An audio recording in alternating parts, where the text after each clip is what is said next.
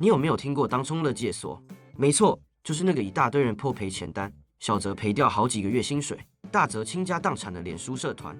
奇怪的是，明明就有这么多的借镜，还是有非常多人不听劝，不断的跳进火坑。就好比明明看到前方的飞蛾被恶火吞噬，后方的飞蛾还是奋不顾身的扑火，相信自己才是那个极少数的金刚不坏之身，天之骄子。让我想到电影《功夫》里的一个片段。要成为绝世高手，并非一朝一夕，除非是天生的武学奇才。但是这种人是万中无一啊！哎，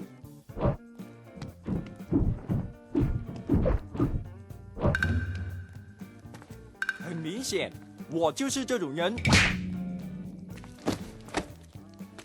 看来他不是。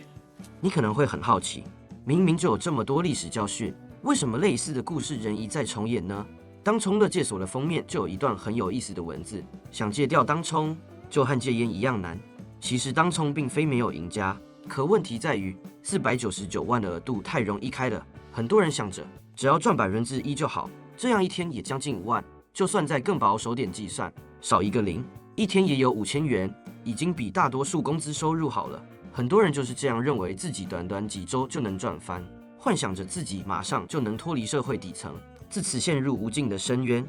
但真相是，赚钱可没这么简单。你没带着任何装备武器上战场，那充其量只能当炮灰罢了。武器，这正是我们今天要讨论的重点。技术分析也是我最擅长的领域。大家好，我是麦门，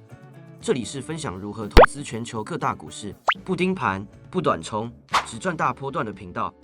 我平时会在文章教导你如何按图施工，有哪些需要注意的商品跟位置，可以先在资讯栏的连结里免费订阅我的微鼓励文章。大家都知道，隔行如隔山，但大多数的人都没有意识到自己并不是 Pro 级的专业投资者。投资这个行业并非你擅长的本业，因此，我想请你停下来认真思考：你目前已经是汲取足够知识，做好万全准备的投资者吗？如果你的答案是否定，或者对自己产生怀疑，那我希望你继续把影片看下去。技术分析的历史可以追溯到18世纪，当时的交易者发现，市场价格并不是随机的，而是有一定的规律可循。透过分析过去的价格和交易量数据，投资者能够预测未来的价格走势。这就像是你在海滩上观察海浪的运动规律，慢慢掌握了海洋的脉动。技术分析的发展离不开一些先驱者的努力，例如查尔斯道 Charles Dow 提出的道氏理论。那么，到底什么是技术分析呢？想象一下，你在一个热闹的街头市集，四周摆满了各式各样的商品与摊位。在这里，没有任何人告诉你该买什么，只有那些色彩缤纷、吸引眼球的东西在呼唤着你，其中也充满了欺骗跟陷阱。这就是市场的样貌，混乱而充满诱惑。而此时有一位精明的商人，不仅熟悉各个摊位的商品特性，能从人潮的走向、摊贩的互动中，预测出哪些商品会热卖，哪些则会滞销，甚至后续会连带对哪些摊位的产品产生什么影响，都能做出正确的推测。而最终，这位精明的商人透过买空卖空、左手出货右手进货等各种神操作，在这个尔虞我诈的商场中获得可观的报酬。技术分析的概念也是如此，透过 K 线图的各种迹象分析，帮助我们见往知来，预测价格未来的走势，让我们知道何时是适当的时机，可以勇敢进场，做出明智的投资决策。当然，市场的变化不会如同教科书般完美，过去发生的状况也不会完全等于未来，常常会出现各种意外情况。这就像是你在市集中走着走着，突然发现某个摊位的商品大打折扣，或是另一个摊位的队伍长得令人惊讶。技术分析的精髓就是能做到让我们灵活应变。当实际走势跟当初的预测不一样的时候，我们能知道怎么变通，怎么调整做法，修正出最佳的选择，转亏为盈，反败为胜。简单来说，技术分析是通过研究过去的市场的价格和交易量，就是你常听到的量价，用价量来预测未来的走势。说到技术分析，也许你有听过或看过 K 线图，不管是你用过投资软体，还是看着某些财经台的名嘴看图说故事， K 线图可以说是技术分析的最精髓。我们可以把 K 棒想象成每天股市里的事件记录本，不管你今天是上班的白领，还是全职股民，你只要看得懂 K 棒，就等于能读懂市场的情绪。因为 K 棒的每一根柱子都代表着一段时间内的价格变动，这段时间可以是一天、一周甚至是每1分钟。如果今天的价格收盘高于开盘价，那这根 K 棒的实体就会是红色，表示股价上涨。反之，如果收盘低于开盘价，那实体就是绿色，表示今天股价下跌。这种颜色上的变化，可以一眼看出买方还是空方在今天占了上风。除了 K 棒的实体外，K 棒的可能也会出现细细的上影线或下影线，这些影线代表了当天或那段时间内的最高价和最低价。比如说，如果今天股价一度飙升到很高的点，但最后收盘时并没有停在那么高的地方，那这段高点的记录就会显示为上影线。相反的，如果股价一度跌到某个低点，但最后又回升，那低点的部分会成为下影线。就像是漫画中的一场战斗，这些影线就像拳来脚往的过程，而实体部分则是最后的结局。所以我经常说，你常听到的支撑压力的突破与跌破，都必须是 K 棒收完才算数。突破压力必须是 K 棒收在压力之上，跌破必须是 K 棒收完收在压力之下。因为刚刚提到了 K 棒收完，才表示这场拳来脚踢的回合已经结束，输赢或是平手是另一件事。而 K 棒收完就确定这场比赛结束，比赛结果也确定了。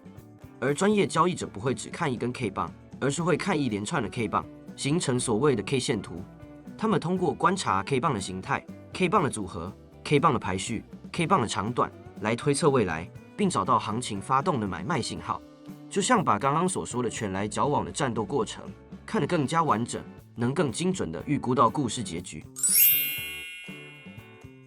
很多人以为所谓技术分析就是使用技术指标，例如 MACD、布林轨道等等，做买卖依据就是技术分析了。这观念大错特错。技术分析的核心是 K 棒以及成交量，也就是价量。技术指标只是辅助用的落后指标，所以很常听到有人说技术分析没屁用，都是马后炮的东西。我去了解了原因以后，发现他们指的技术分析就是指标，指标当然是落后指标，但是价量是领先指标。所以刚刚说了，技术分析的核心是 K 棒跟成交量，而技术指标只是辅助工具。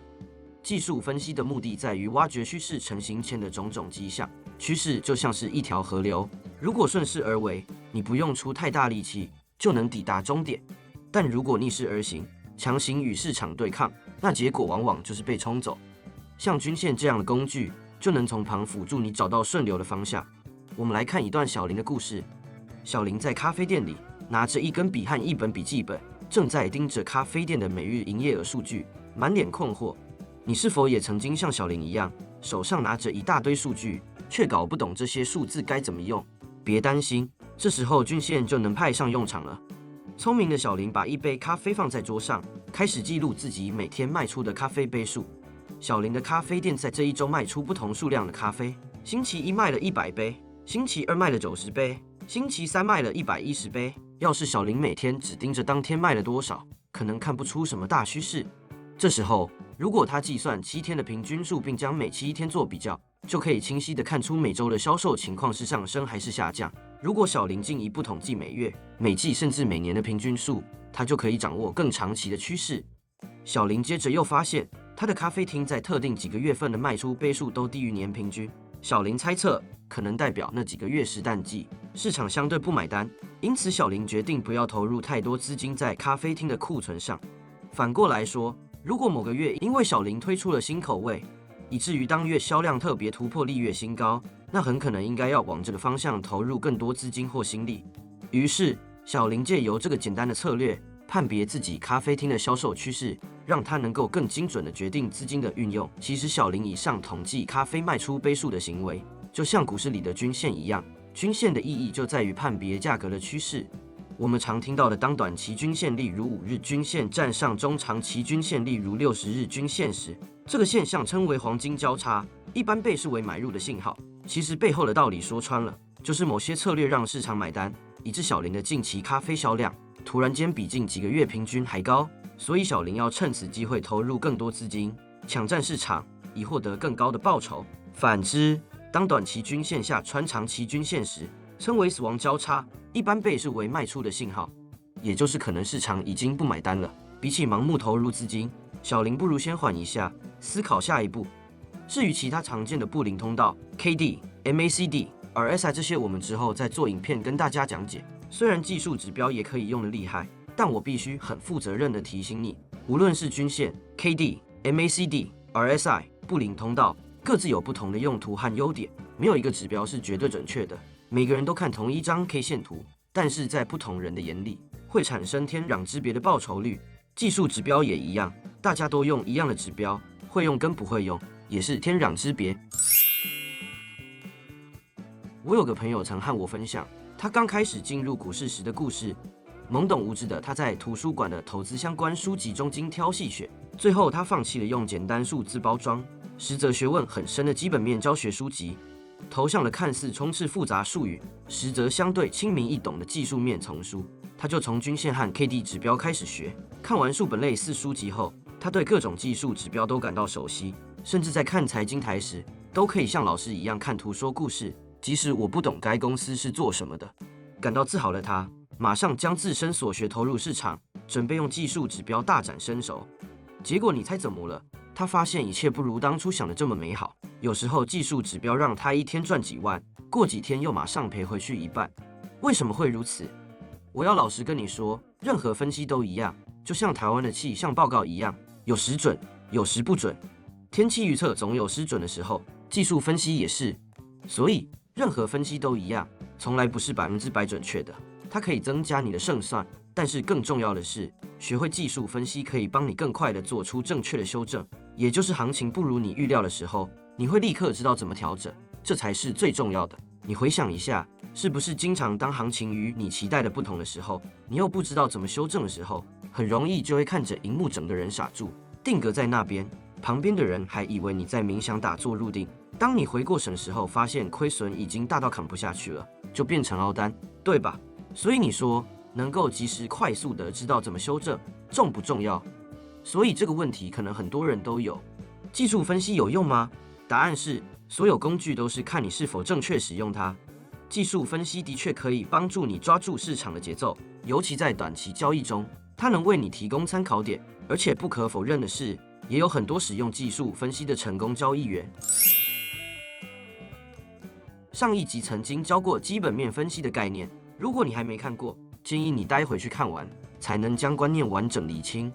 看过的人可能也会有疑问，技术分析和上集介绍的基本分析哪个更好用呢？先快速简介一下，技术分析是利用股票的历史价格和成交量等数据来预测未来的价格走势。它不像基本面分析那样看公司的财报或商业模式，技术分析关心的是价格长相和指标，有点类似你在打电动时，你不需要知道电脑背后的程式码如何运作，你只需要看着画面来判断下一步该怎么走。我会这样告诉你，技术分析和基本分析就像是一对完美的搭档，没有谁比谁更好，而是你应该拿10字的螺丝起子去转10字的螺丝。只要你用对工具，它就是能赚钱的神器。你拿1字的螺丝起子去转10字的螺丝，你就会发现这里不顺那里不顺。跌破季线通常指股价跌破60日均线，常被投资者视为空头来临的信号，但这不一定绝对准确。譬如说今年大家对台积电2330的走势相当关注，年初台积电股价因为全球晶片需求而不断上升，但到了2024年8月，股价跌破了60日均线，许多技术分析者认为空头市场要来了，市场上出现了恐慌，有人急着抛售股票，担心这是一个大跌的开始。然而跌破季线后，台积电股价只短暂回调了一段时间，整体市场的恐慌并未延续下去，股价很快回升，并且反弹超过原来的季线。联发科股价也曾经跌破季线，当时市场传出全球半导体供应链短缺，导致成本上升，很多投资人因恐慌而卖出股票，股价瞬间跌破了季线。对于一些只依赖技术分析的人来说，这样的情况可能会被认为是进入空头市场的讯号。但是聪明的投资人也会看看基本面，虽然短期供应链有问题，但联发科的技术优势和长期的市场需求并没有改变，这让一些投资人选择持有而不是卖出股票。最终市场情绪平复后，联发科的股价回升，并重新站上季线，继续其上升趋势。以上例子说明，技术分析确实能提供参考，但若过度仰赖单一分析思维来做决策，可能会错过重要的市场机会。所以即使跌破季线，不一定就意味着空头市场真的会来临。还需要结合其他因素来判断。我们现在又有了超直觉波段软体，你甚至不用会技术分析，只要了解软体运作的逻辑，就可以轻松判断市场情绪。你可以在资讯栏里的连结追踪我个微股利免费分析文。我们到目前为止已经介绍完基本面和技术面了。至于筹码面，也就是如何在大行情发动之前，从 K 线图中看到大户进场的痕迹，准确抓到大行情，我们会再拍一支影片让大家了解。最后，请你记住，股市投资的关键在于不要把所有的希望都寄托在单一思维上面，而是要搭配其他分析工具，才能让你在股市中如鱼得水。当你达到财富自由，希望身边有人和你一起去游山玩水，提升生活品质。别忘了把影片分享给他，一起往财富自由迈进，这样你自由且不孤单。辛苦可以一阵子，而不该是一辈子不盯盘不短冲，只做趋势盘。这是我的理念。如果你认同，请记得订阅和开启小铃铛，就可以收到最新的影片哦。我是麦门，我们下次见。